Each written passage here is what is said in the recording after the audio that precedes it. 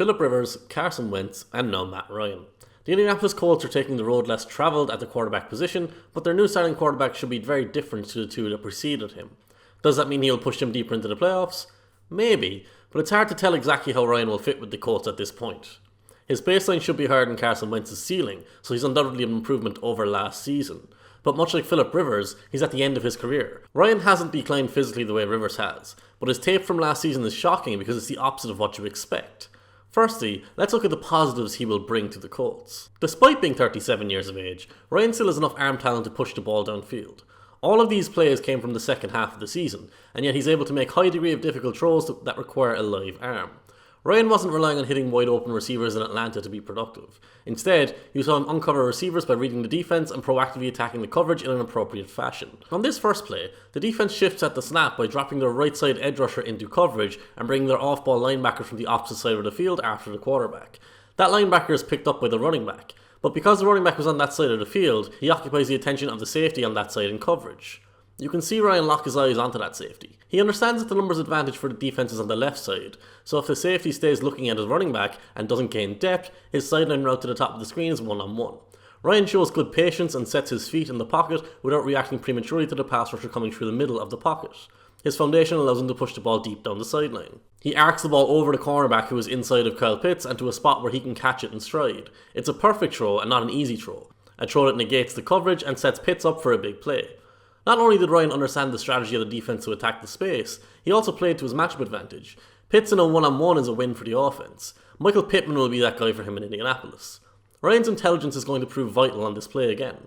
It's another shot on alignment, but this time the whole offense isn't tight to the line of scrimmage. This is to leave space outside for his receiver at the top of the screen to run a deep out route off of play action. With the defense in quarters coverage, this is a very difficult route to win. After executing the play fake, Ryan locks his eyes to the safety on the left side of the defense. He never looks at his receiver outside until he's going to throw the ball, which leads to the safety turning inside and gaining depth. It's an inexplicable reaction from the deep safety, but Ryan is smart to encourage him to continue with it. Once the safety turns inside, he's not a factor over the top of the outbreaking route. The cornerback on the outside doesn't play outside technique. Instead, he trails underneath in man coverage. Had he kept his leverage outside, the out route wouldn't be there for the quarterback. But even though he's in a trail position, he's still a major factor in the play. If Ryan tries to throw the ball to his receiver directly, the cornerback is in position to undercut it and knock it away or intercept it.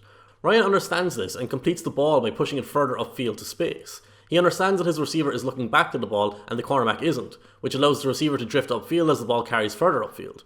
This is a sublime throw that most quarterbacks in the league won't make. For a 37-year-old quarterback to make it during the second half of the season, it's even more impressive. To make this throw, you need to understand the leverage that the defenders in coverage have versus the route you're throwing to, and you have to have the arm talent to physically make the throw required to capitalize on that route. The Colts know what it's like to have a quarterback who instantly diagnoses coverages at the snap.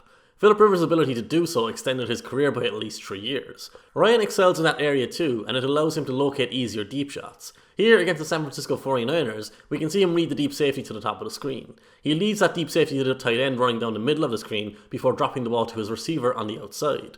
From the end zone angle, we can see Ryan's head stay inside before he steps forward at an angle into the middle of the pocket. That's when his eyes go to the outside, just before he delivers the ball as he's being hit by the defender. Even with the defender in his face, Ryan is able to perfectly flight the ball so that it drops from a high angle and arrives on Pitts' outside shoulder. The cornerback can never get near this ball despite technically being in tight coverage on the play.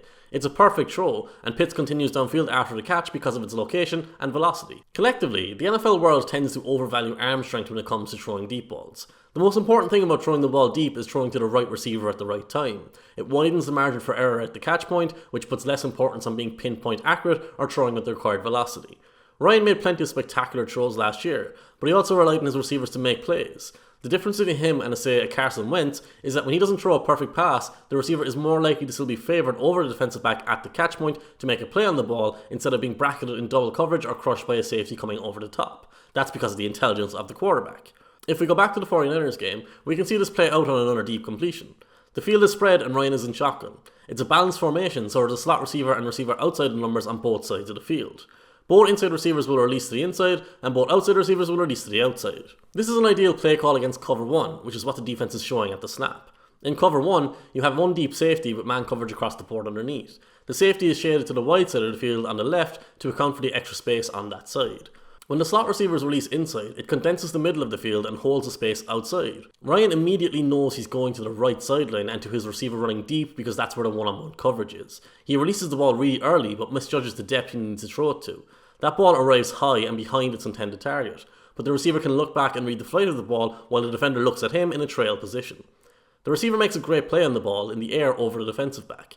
He deserves most of the credit here, but even though the throw from Ryan is bad, his impact on setting up the catch point should be noted. If he makes the same throw to the left sideline, the deep safety either intercepts the ball or explodes through the ribs of the receiver, causing injury. The difference between Wentz and Ryan is, Wentz probably goes left here, whereas Ryan goes right.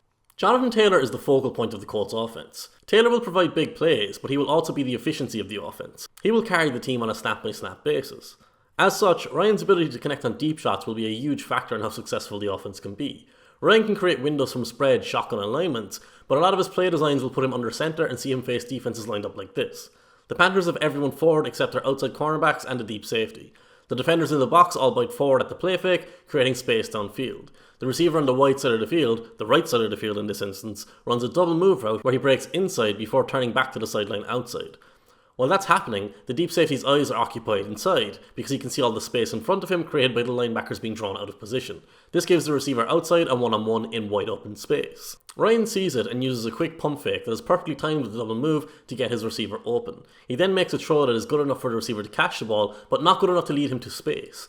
The receiver has to work back towards the bodies inside and make a secure catch into his body instead of running under the ball and continuing downfield. This isn't a good throw based on the potential reward of a touchdown and the stress it put on the receiver at the catch point, but it was good enough to be caught. It was good enough to be completed, even if it's not accurate. In the 49ers game, we see a more extreme version of this adjustment at the catch point. Ryan goes back into shotgun and the defense is playing cover 1 again. This time Ryan has to move the safety with his eyes after the snap to create the wide open space on the wide side of the field. He does this successfully and releases the ball from a clean pocket in good time. But ultimately, his pass lacks the velocity it needs to reach the back of the end zone. His receiver has to adjust to make an exceptionally difficult play on the ball by leaping above the defender and reaching to catch the ball away from his body through contact. You can credit Ryan for putting him in a good position by keeping the safety out of it, but realistically, this throw wasn't good enough to be completed. The receiver made it work. The problem with that play isn't necessarily the stress the receiver goes through, even though it results in a touchdown. The problem is that it's just as likely, if not more likely, to result in an interception. So over a larger sample size, more mistakes will come and more negative plays will come. This is basically the same throw and the same play against the New Orleans Saints, just further afield. From the end zone angle, you can see Ryan look off the safety to ensure the one-on-one. He makes the exact same throw. But this time the receiver fades away from the catch point while the cornerback ascends towards the ball. It's a simple, uncontested interception for the cornerback on exactly the same throw. Sticking with the Saints game, we get another opportunity to look at Ryan working under center. The play fake works perfectly with the complementary route combinations downfield. His slot receiver is wide open after streaking down the seam before bending his route to the outside. Ryan should throw this ball outside the numbers and lead his receiver away from the chasing safety and cornerback. If he does so, it might be a touchdown.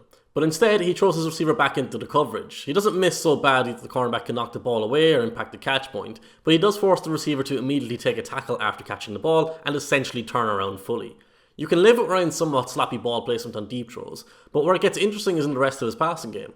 Ryan, for most of his career, has been a very good short and intermediate passer, a very smart short and intermediate passer as well. Someone who breaks down coverages quickly, throws in anticipation, beats blitzes, and pressure in the pocket, all while elevating the offense around him. He's still capable of spectacular plays in difficult conditions and will elevate his offense on occasion, but there's also more inconsistency in his game now. Here we see his receiver run across the field in behind a linebacker in zone coverage.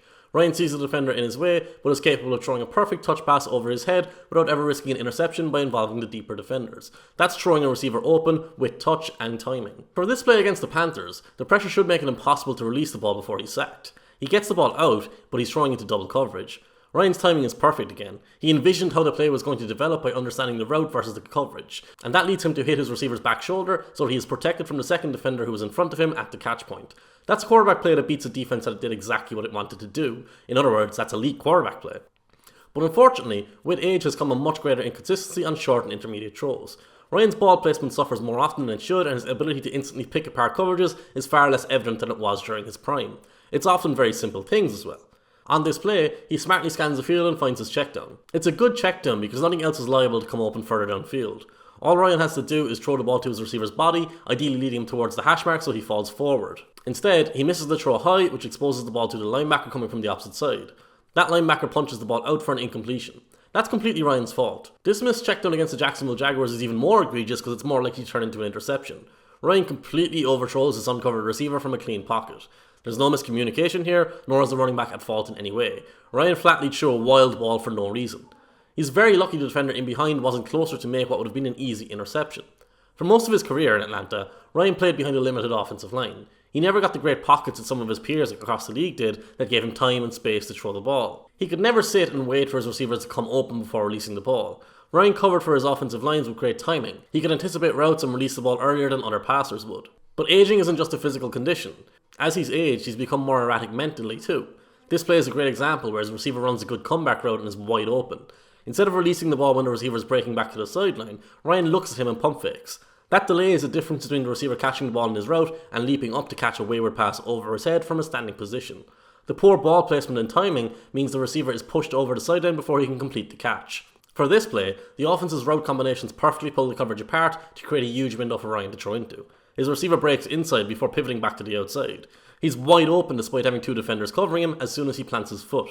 All Ryan has to do here is put the ball in front of his face. There's a wide open window outside the numbers, but instead he throws the ball too far inside and it actually arrives at the recovering defender who was already beaten in the play. On this hard play fake against the 49ers, we can again see Ryan settle at the top of his drop and survey downfield. He has another wide open deep route and can easily push the ball down the sideline for the big gain. But instead he appears to confuse himself. He throws the ball in line with the deep receiver, but on a trajectory for the underneath receiver. That sends it straight to the defender in between the two receivers. Only a sprawling defensive play from his teammate prevents the interception. Too often, Ryan threw the ball to a window that wasn't there. This interception comes late in the second quarter when his team is winning 14-3. The Colts saw too many of these types of mental lapses from Carson Wentz last season, and they don't want to see them again this season. Since he's 37, Ryan is also very limited physically. He's not as statuesque as Philip Rivers was at the end of his career, but you won't get quality service from him when he has to throw the ball on the run, as this wild overthrow highlights. More importantly, his poise against pressure appears to be worse than it was previously. On this play, the Panthers are sending a cover zero blitz that they show before the snap. Ryan knows this ball needs to come out, but he focuses on his running back going across the formation instead of looking to his slot receiver on the crossing route. The slot receiver is essentially a pick play. It's the easier throw because it's less likely to get caught up in the pass rush, and it's also the safer throw because it's going into more space over the middle of the field. Because Ryan panics, he eventually throws the ball away aimlessly and it goes through the hands of the defender covering the running back.